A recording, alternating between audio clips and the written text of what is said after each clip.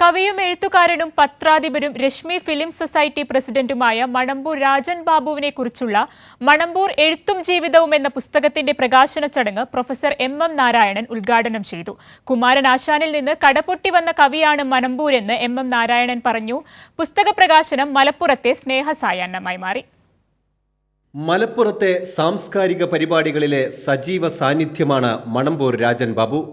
കവിയും എഴുത്തുകാരനും പത്രാധിപരും Rashmi film society പ്രസിഡന്റുമായി ആർക്കും സുപരിചിതമായ മുഖം. ആ സ്നേഹത്തിൻ്റെ സാക്ഷ്യം കൂടിയായിരുന്നു പുസ്തക പ്രകാശന ചടങ്ങ്. മലപ്പുറം റൂബി ലോഞ്ചിൽ നടന്ന പരിപാടിയിൽ ഡോക്ടർ ഉണ്ണി ആമപ്പാറക്കൽ അധ്യക്ഷത വഹിച്ചു.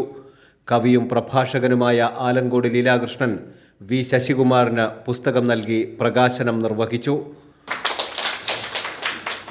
ഡോക്ടർ എസ് സഞ്ജയ് എഡിറ്റ് ചെയ്ത പുസ്തകം കവയിത്രി സീന ശ്രീവത്സൻ പുസ്തക പരിചയം നടത്തി. പ്രൊഫസർ എം നാരായണൻ മണമ്പൂർ രാജൻ ബാബുവിന് മലപ്പുറം സൗഹൃദ കൂട്ടായ്മയുടെ ആദരഫലകം സമ്മാനിച്ചു. അന്തരീക്ഷത്തിൽ മണമ്പൂർ എന്ന ഗ്രാമത്തിൽ നാരായണഗുരു കുമാരനാശാനും ഒക്കെ കടന്നുപോയതിനു ശേഷം രണ്ട് ദശകങ്ങൾക്കകം ജനിച്ച് ജീവിച്ച ഒരു കവി ജന്മമാണ് മണമ്പൂരിലെ. ഈ ഗ്രാമവും അങ്ങനെ തന്നെയാണ്. അനിൽ കുറുപ്പൻ ആദരപത്രം വായിച്ചു.